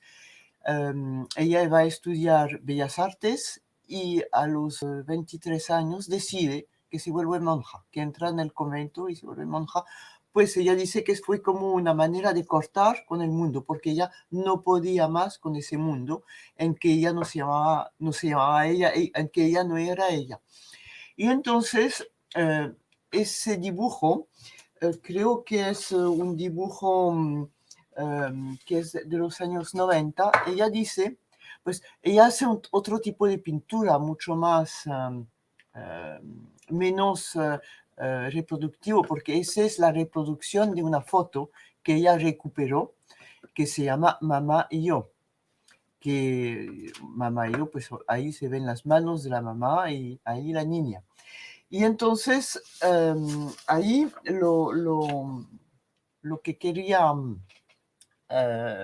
poner de relieve para contestar a la pregunta de nuestra amiga era que aquí asistimos a la reapropiación de una identidad, porque ella dice, Jorgelina, pintó, entonces, dibujó eso en los años 90, en el 90, y dice que ese dibujo fue fundamental en su reconstrucción. Es decir, que al momento, a la hora de firmarlo, dijo, no, yo no lo puedo firmar como Carolina, lo firmo como quien soy, es decir, Jorgelina Molina Planas. Y para ella fue como un corte en su vida, en su, iba a decir que fue un corte en su herida, pues fue un corte terapéutico de alguna manera, no sé cómo decirlo, pero que le permitió después volver a pegar las partes, pues, de su identidad, de sus recuerdos que estaban completamente dispersos. Entonces, eso para contestar a la primera pregunta. La segunda pregunta, la de Yolanda Sierra, ella pregunta que cómo se sitúa Colombia en relación con el arte y la justicia. Entonces, hay que decir que Colombia viene, pues, empieza, pues, hace tiempo que Colombia empezó un proceso artístico en relación con el conflicto, porque, o con la violencia posterior, porque el tema de la violencia en el arte colombiano es algo esencial, es un eje, pues, fundador, diría yo, del arte colombiano. Eso desde los años 50. Estoy pensando, por ejemplo, en Débora Arango, y en Obregón, etcétera, etcétera. Entonces, hay ya una tradición colombiana del tema, pero directamente con los últimos años del conflicto, con esos nuevos visos que tomó la guerra en Colombia, me parece que hay una, ¿cómo diría?, una cantidad de iniciativas de intentar demostrar unas verdades. Entonces no hablo de justicia, sino de intentar demostrar unas verdades o exhibir o hacer vivir unas verdades mediante el arte. Cualquiera que sea ese arte. Arte efímero, como es el teatro, que Yolanda Sierra conoce muy bien porque ella ha trabajado con el Teatro por la Paz, que ella conoce muy bien, o bien artes más perennes, como la fotografía, como el dibujo, bueno, o artes también más artesanales, vamos a decir, como los telares. Y entonces ahí se puede subrayar, por ejemplo, el papel del arte y el papel de los telares de Mampuján, de las tapicerías de Mampuján, en relación con la justicia, porque esas tapicerías se exhibieron en el Tribunal de Bogotá y no sé si sirvieron de prueba, pero aportaron a la carpeta, al historial de lo que había pasado en Mampuján. Entonces, Colombia, yo creo que es difícil decir que desempeña un papel vanguardista en esos aspectos, pero hay una tal cantidad de iniciativas en ese terreno de intentar hacer aparecer una verdad o unas verdades de la memoria. de hacerlas surgir para que un día eso llegue hasta la justicia, que me parece que Colombia es un país de examinar y de mirar en estos procesos. Y podría decir mucho más, pero me detengo ahí porque, bueno, pero podría decir mucho más porque de verdad que hay un trabajo en esos terrenos. Entonces, lo único que quería añadir es que en el libro hay justamente una comparación entre la verdad del testigo y la verdad de la justicia. Comparación que está hecha por una jurista que después se graduó en literatura y en lingüística, que es una alemana, y que ella compara los escritos y las declaraciones de un testimonio privilegiado, porque el señor era un interno en los campos de la muerte, un interno que los guardias obligaron a ayudar a prestar servicios en las cámaras de gas. Es decir, que él, siendo un prisionero, fue obligado a trabajar, a poner el gas en las cámaras de gas. Y entonces, en el momento en que hubo un proceso en el 63 de Frankfurt, el presidente del tribunal y toda una serie de entrevistas entre ese testigo, que es un testigo de excepción, privilegiado, porque era víctima y al mismo tiempo lo obligaron a pertenecer a los verdugos. Y entonces, ¿cómo lo interrogan en el tribunal y las respuestas que hace? Y el señor después se da cuenta, pues después no soporta que lo que él declaró al tribunal pase a la historia así. Y entonces el señor después escribe su propio testimonio con sus palabras de testigo. Y entonces ahí aparece una diferencia muy grande entre las palabras del testigo, cómo lo narra, lo que dice, y lo que la justicia, lo que el tribunal intentó hacerle decir. Es algo muy, muy conmovedor, porque uno ve cómo el testigo, cuando se encuentra ante la justicia, como el testigo no sabe poner las palabras que le van a convenir a la justicia. Es algo muy, que lo preocupa a uno, porque ahí estamos ante dos universos y hay que encontrar los puentes entre esos dos universos. Y ahí me quedo. Gracias, María. Indudablemente, la intervención tuya y la de Claudia nos da para hablar de muchísimos temas, digamos, el tema de la justicia, y también allí hay unas líneas grises en los procedimientos, en la forma como elaboran los relatos, en cómo quedan implicados las víctimas también en procesos, y en líneas grises que terminan siendo a veces testigos silenciados, ¿no? Y cómo pueden salir avanti en procesos de reconciliación ante estas situaciones. Quisiera, bueno, plantear un comentario que hace Carolina, es decir, que efectivamente Carolina Herrera plantea que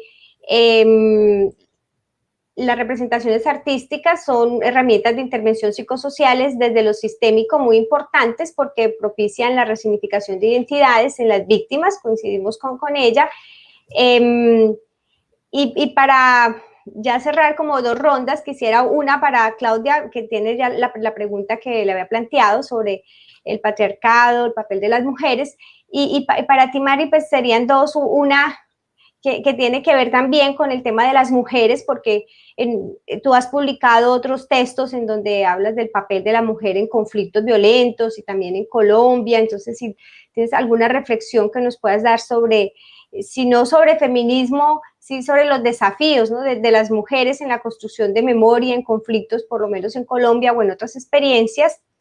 Y también en relación a una pregunta que hace Emily Villa, y es cómo desde la sociedad civil se puede contribuir a visibilizar estas representaciones de las víctimas y darle un papel protagonista, porque aún vemos como en nuestro país está, en general hay indiferencia, o se ve este tema como si fuese una responsabilidad solo de las personas implicadas directamente en el conflicto. Hay poca conciencia sobre el papel que tenemos la sociedad en general en los procesos de reconciliación social, en la reconfiguración de un tejido social que ha sido fragmentado por las violencias.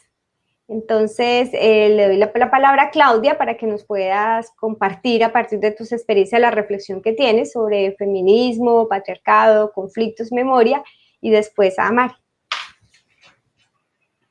Bueno, muchas gracias. Ahora es que me estaba escribiendo Álvaro Díaz y me dijo que si me das tu teléfono y él te da el tuyo. Fuiste su alumna, su colega, y bueno, ahí está emocionado que no se pudo conectar. Bueno, frente a lo del feminismo, es súper interesante el tema, porque nosotros en principio, cuando empezamos a trabajar en el costurero, en el costurero eran hombres, pero eran menos hombres, pero hay que crear ese espacio.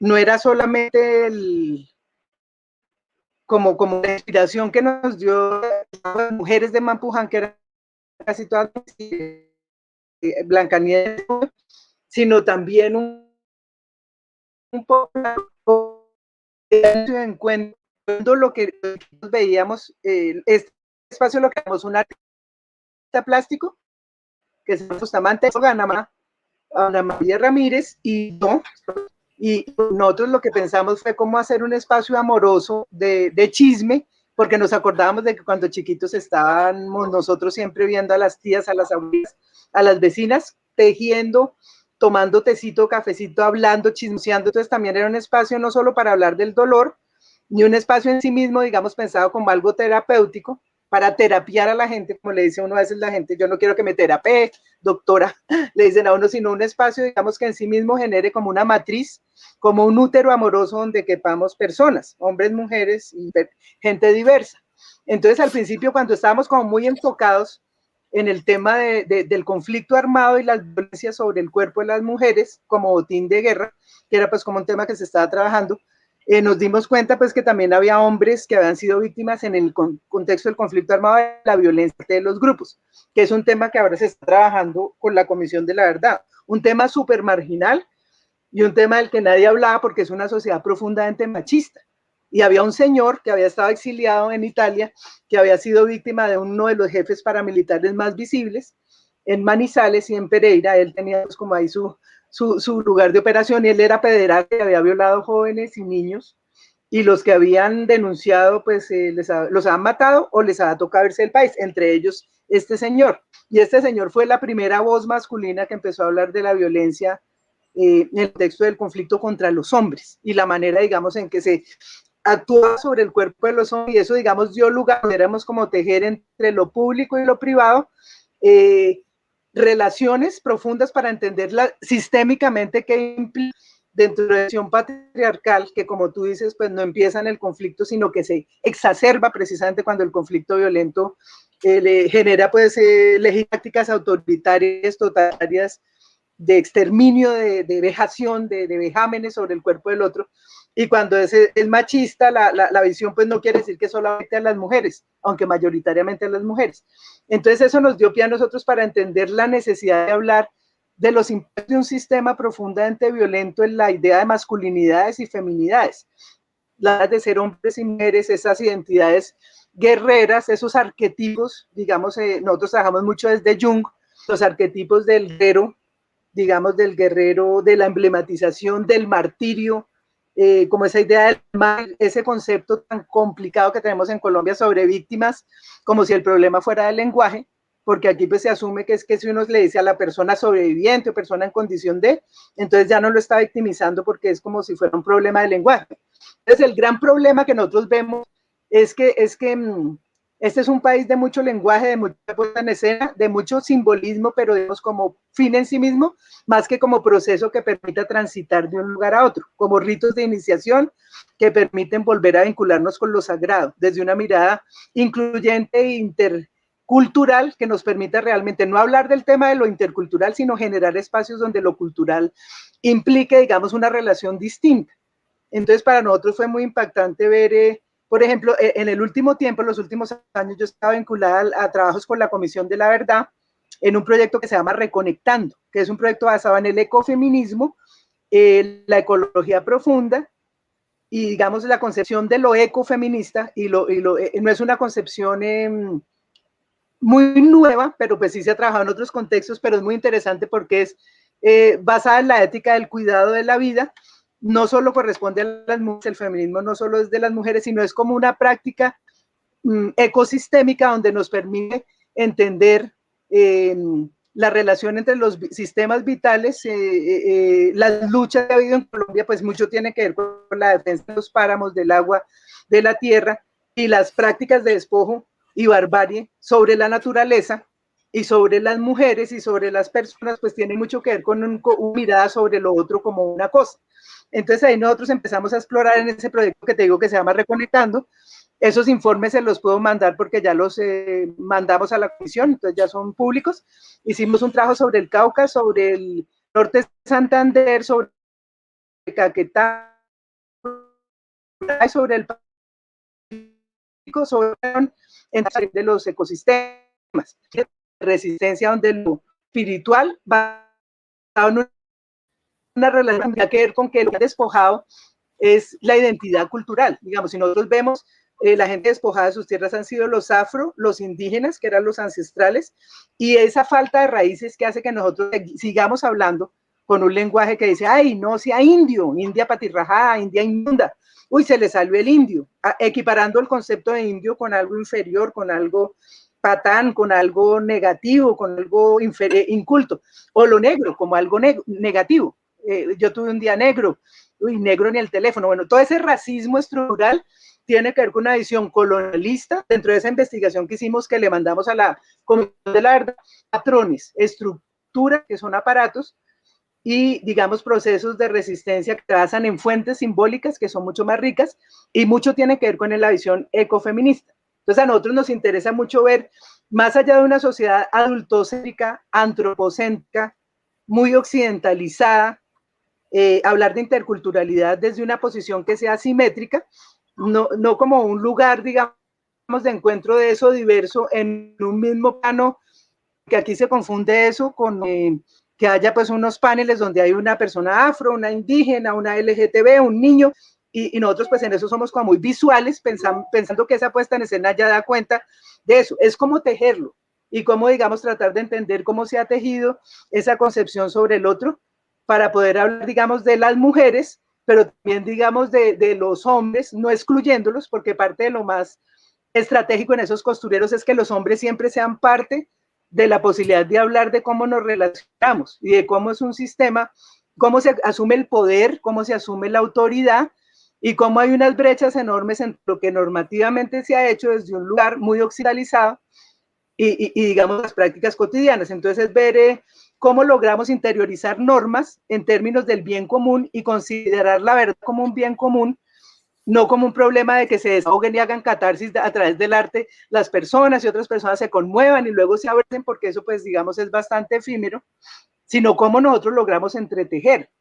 Y digamos, hay muchas cosas, pues, de las que podríamos hablar. Yo sé que hay que pues, dejar como entrar lo que decimos en estéreo, pero digamos a través del teatro, de eso les puedo hablar en otra ocasión. Yo me metí como investigadora, actora, participante de una experiencia que se llama Victus, dirigida por Alejandro Borrero, y en principio pues yo iba a ser una psicóloga que era parte de un equipo de gente que iba a acompañar una experiencia de teatro, donde había desmovilizados de las FARC, el ELN, las AUC, el ejército, la policía y civiles. Y cuando yo vi que no había ninguna persona que hablara de las violencias generadas por la fuerza pública, yo prefiero irme del equipo de psicólogos y ser parte hago el casting y yo quiero hablar del exilio. Yo quiero ver qué quiere decir el exilio. Yo fui exiliada, mi ex Cepeda Castro, el senador que ahora está en la pelea con Uribe, y a nosotros nos tocó irnos del país por visibilizar el genocidio de la Unión Patriótica y nos iban a matar porque, bueno, estábamos haciendo un trabajo cultural.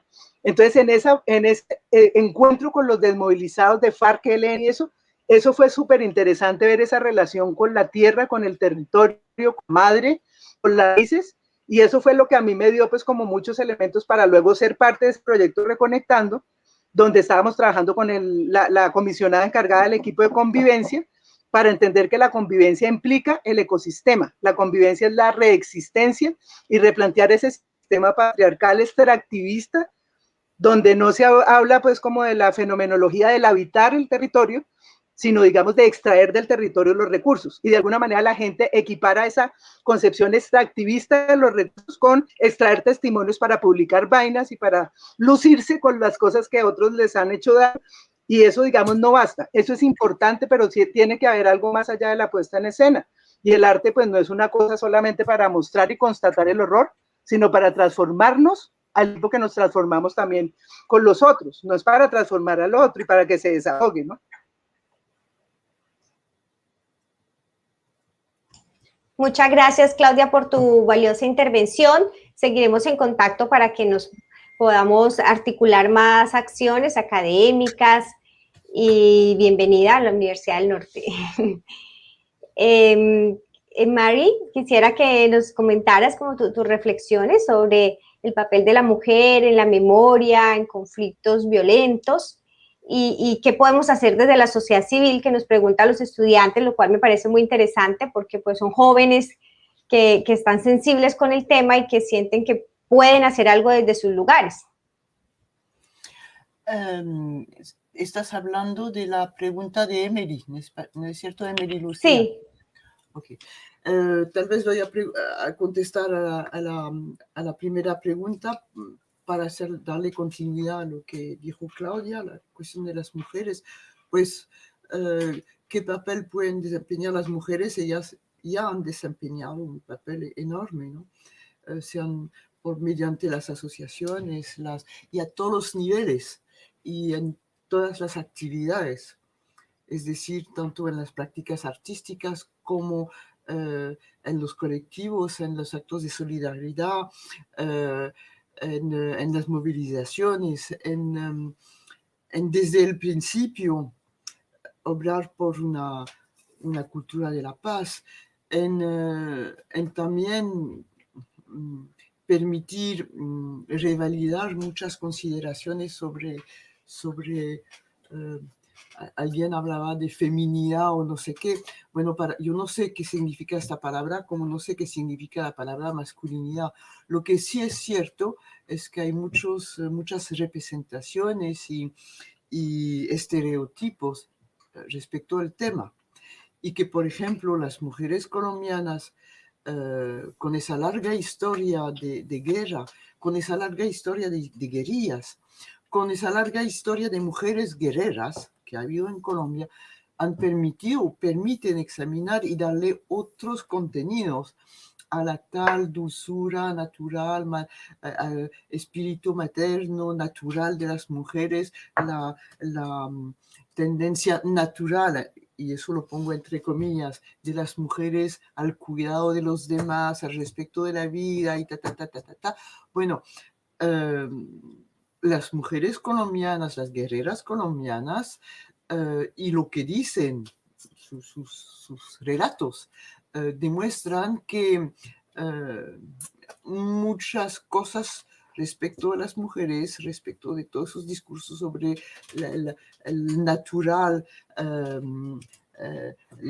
la natural necesidad de la mujer de ayudar a los demás, no es tan natural y es también algo construido. Y es algo construido, pero no por eso tiene menos validez, ni mucho menos. Solamente que eso demuestra que la mujer, como todo ser humano, construye sus comportamientos sociales y sus actitudes sociales. Y unos no tienen por naturaleza más capacidades o más tendencias que otros, solamente que se construyen. De la misma manera que los hombres construyen también sus actitudes bélicas y guerreras. Bueno, entonces, no sé si contesto directamente a la pregunta, pero en ese aspecto Colombia es otra vez terreno de examen, no en el sentido académico, sino que ofrece muchas enseñanzas, puede servir de modelo en muchos terrenos. No sé si he contestado a la pregunta o si me quedan muchas cosas fuera del tintero. No dentro, sino fuera del tintero. Sí, nos has dado aportes importantes. Bueno, ok. Y por eso entonces iba a terminar diciendo que por eso pues que Colombia ha sido mi mi campo de trabajo e intento hacer conocer lo que se hace en Colombia, cómo la gente lucha a pesar de lo que se vea del exterior, cómo la gente lucha para construir una cultura diferente, un país diferente de lo que se ha conocido, a pesar de tanta adversidad y con tantas condiciones adversas. Bueno, para contestar a la pregunta de Emily Lucía, sobre la visibilización de esas representaciones y darle un papel protagonista a las víctimas. ¿Cómo? ¿Cómo? Pues yo creo que, estimada Emily Lucía, yo creo que Diana le ha contestado de alguna manera hablando de indiferencia. Diana, en algún momento hablaste tú de somos un poco indiferentes o la indiferencia que esgrimimos para protegernos. Yo creo que ya es tiempo de echarle abajo, de darle un gran empujón a esa indiferencia y tal vez por ahí sería el lado, por el material, para exhibir los trabajos que han sido hechos, lo que se sigue haciendo constantemente en Colombia, ya está. Efectivamente, hay que darle visibilidad. ¿Y cómo se le da visibilidad? Pues abriéndole la puerta, abriéndole los ojos a todo ese trabajo, ese material, esos discursos, esos relatos, esas obras de arte, esas exposiciones. Bueno, estoy de acuerdo que en estos momentos es difícil ir a ver exposiciones, pero hay mucha cosa hecha, hay mucha cosa que está ahí disponible para utilizarla, para hacer charlas, reuniones, seminarios, incluso entre amigos, entre grupo, entre compañeros de estudio, pues tomar un tema. Por ejemplo, esa película que ha salido sobre el olvido que seremos. Bueno, ese es un tema de discusión y de debate extraordinario, por ejemplo, porque reúne cine, imagen y reúne también testimonio escrito con la novela de Héctor Abad Faciolince. Hacer debate, es decir, abriendo el espacio al corazón, rompiéndole la coraza a la indiferencia. Ahí está. E intentando ver por qué somos indiferentes, qué pasa y quiénes somos indiferentes, porque he podido notar que entre Bogotá y las regiones hay una diferencia muy grande. El comportamiento no es el mismo. Y mientras uno más se adentra en Colombia, más sale del aspecto de la zona internacional de las grandes ciudades colombianas, y uno más se adentra en el territorio colombiano, más cambia el discurso, más cambian los discursos y más también cambia la indiferencia de la gente. Y uno tal vez vea indiferencia o perciba indiferencia en las grandes ciudades, pero en los territorios no es lo mismo. Hay una gran diferencia. Y tal vez sea también algo geográfico también que hay que ver. Bueno, espero haber contestado a esta segunda pregunta. Gracias, Mari. Sí, efectivamente, y en la misma línea de lo que estás planteando, quisiera articularlo con una intervención y preguntas que hace Liliana García, que pregunta cómo la educación podría contribuir a impedir que se formen nuevos conflictos. Pues es un tema de otro debate, es muy, muy amplio. No obstante, podríamos decir que la educación es fundamental en todos los niveles, no solo en educación superior, en primera infancia, conociendo la historia reciente de Colombia, sino también nosotros comprender lo que ha sucedido, romper la indiferencia de la que hablaba Mari para poder realmente entender lo que ha sucedido, no para justificar los actos violentos, sino en la medida en que comprendemos, que entendemos, podemos ponerle rostros a los distintos actores implicados y podemos avanzar juntos y pensarnos en un futuro compartido. De lo contrario, siempre va a estar el prejuicio, el temor o el rótulo que se creó en el marco del conflicto. Entonces, en la medida en que entendamos y comprendemos, podemos avanzar juntos quienes estamos comprometidos en la construcción de paz. Entonces, es un proceso de pedagogía. quisiera también invitarles a todas y a todos a que se suscriban al canal Uninorte Académico y activar la campana de notificaciones para que puedan estar al tanto de más eventos como este. Este evento ha quedado grabado en el canal de YouTube de la Uninorte, pero igual hay otros eventos y les van a llegar las invitaciones. Mari, quisiera que nos contaras para finalizar cómo se puede acceder al libro. En principio, me imagino que se consigue en Francia o se vende en Colombia. ¿Cómo eso? ¿Cómo se puede hacer un libro? No, acceder al libro. Acceder al libro. Sí. Bueno, aquí tienen ustedes la carátula del libro y yo creo que yo te mandé a ti el flyer, pero creo que yendo al sitio de la editorial, que es PUB, Presse Universitaire de Bordeaux, Prensas Universitarias de Burdeos, ahí se puede conseguir. Debo añadir que para mi mayor sorpresa mandamos unos ejemplares, entre otras a Claudia, que puede testimoniar, y a Claudia, a Juan Manuel, a varios de los ponentes del libro, mandamos su ejemplar por correo y llegó desde Francia, llegó a Colombia. Para mí, yo pensaba que eso iba a durar meses y meses y no. Y llegó, pues aparentemente a los 15 días, llegó muy bien y cumplido. O sea que es posible recibir libros desde Francia. O sea, y así se puede, lo único es que viene en francés, pero bueno, no es un francés inasequible, ni mucho menos. Además, hay algunas ilustraciones, lo cual ayuda a la interacción del libro. ¿Y cuál era la segunda parte de la pregunta? No, era esa. Era esa, bueno. Sí. Claudia dice que en el chat que quería interpelar, no sé si puedes hacerlo de manera muy puntual porque el programa se cierra en 5 minutos y se cierra automáticamente, sí. Ok, pero no, muy rápidamente, no, yo no hablo de masculinidades, bueno, nosotros no estamos hablando de masculinidades y feminidades como algo, pues como dado, sino como algo que se construye. Simplemente nos referimos a las mujeres, las maneras en que somos hombres y mujeres y legitimamos cosas en tanto nos relacionamos con lo que hemos asumido en esa construcción de ser hombres y mujeres, y eso siempre es algo dinámico, que se puede transformar cuando uno ve que hay otras posibilidades, otras alternativas para ser hombres y mujeres y diversos, personas diferentes.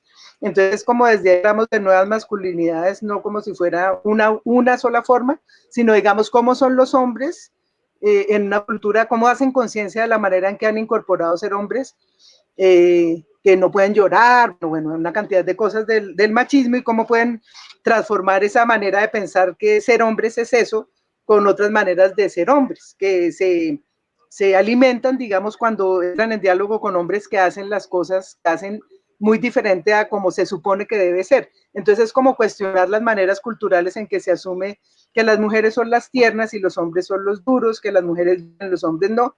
Y el gran peligro de esa visión de lo femenino, como por ejemplo las madres, este ejemplo es clave, las madres de Soacha. Se habla de las madres de Soacha porque sobre la figura de la madre hay toda una idealización en nuestro país. Bueno, es un país de madres solteras, madres solas, sin papá, los hijos sin papá. Y de alguna manera esa idea de que eran las madres de Soacha, eso rompió mucho las familias, porque también había papás, también había hermanos, también había novias, también había hijos menores, hermanas, entonces se llaman las madres, pero en ese grupo no solo hay mamás, sino también esposas de falsos posibles hermanas, sino que la palabra madre es como algo, en un país como el nuestro, patriarcal y machista, pues como una víctima de la que nadie sospecha. Si tú eres la mamá de alguien, tú tienes derecho a aullar, a gritar, a que nadie te juzgue porque eres la mamá cuyo vientre está reclamando que es el niño perdido. Pero son como construcciones pues que generan también mucha dificultad, porque muchas de esas mujeres sacaron a codazos a su esposo, que era también un padre de un hijo desaparecido, víctima. Entonces es como, bueno, ¿cómo construimos esas maneras de ser personas, digamos, que han sufrido un daño y que logran entender como hombres y mujeres qué prácticas están articuladas con una visión que legitima pues la barbarie sobre el cuerpo de otro de diferentes maneras, en diferentes contextos? Nunca hablamos de masculinidad o feminidad como una esencia, porque pues eso no es el trabajo. Yo también trabajo en la academia, Mari, no solo el trabajo de campo, y lo combino, ¿no? Yo soy la encargada de la parte pedagógica de la Red Universitaria por la Paz. Entonces, por ejemplo, articularnos con la Universidad del Norte. En esa Red Universitaria por la Paz hay universitarios y hay gente pues apoyada por sus universidades, pero trabajamos sobre todo en campo, con el cuerpo también, con la cabeza del cuerpo, y aprendiendo y desaprendiendo. Bueno, Claudia, pues muchísimas gracias y muchas gracias a Mari. Esperamos que más adelante podamos tener intervenciones presenciales, pero mientras tanto este es un espacio para ustedes. Desde la Universidad del Norte estamos muy contentos y complacidos de poder compartir con este espacio para seguir tocando fibras sobre temas tan sensibles, tan comprometidos, que realmente son los que van a contribuir a que generemos sendas hacia la reconciliación, a abrir nuestras mentes y nuestros corazones, y gracias a sus intervenciones los estudiantes y las demás personas que nos acompañan tienen esa disposición. Muchas gracias a ti, Diana, por abrirnos este espacio con tanta generosidad. Y cuénteme, mañana uno se conecta uno se puede conectar así libremente en el sitio de la universidad para seguir el Día de las Víctimas. Es pasado mañana, es el 9 de abril. Mañana, sí, mañana lo que tenemos es un programa radial que va a salir, les voy a enviar la invitación, pero también todos los que están aquí pueden, el programa liderado por nuestra profesora Viridiana Molinares, se llama Todos Cuentan, y allí en este programa nos entrevista sobre todo al representante de la Mesa Departamental de Víctimas, Misael Delgado. Él cuenta por qué es importante este día de conmemoración de las víctimas. Eso es lo que va a salir mañana en el programa radial. Y desde la Universidad del Norte, desde la Dirección de Comunicaciones, vamos a tener una página web a partir del 9 de abril, en donde tendremos videos, notas escritas y entrevistas a representantes de víctimas, donde plasman sus voces sobre memoria.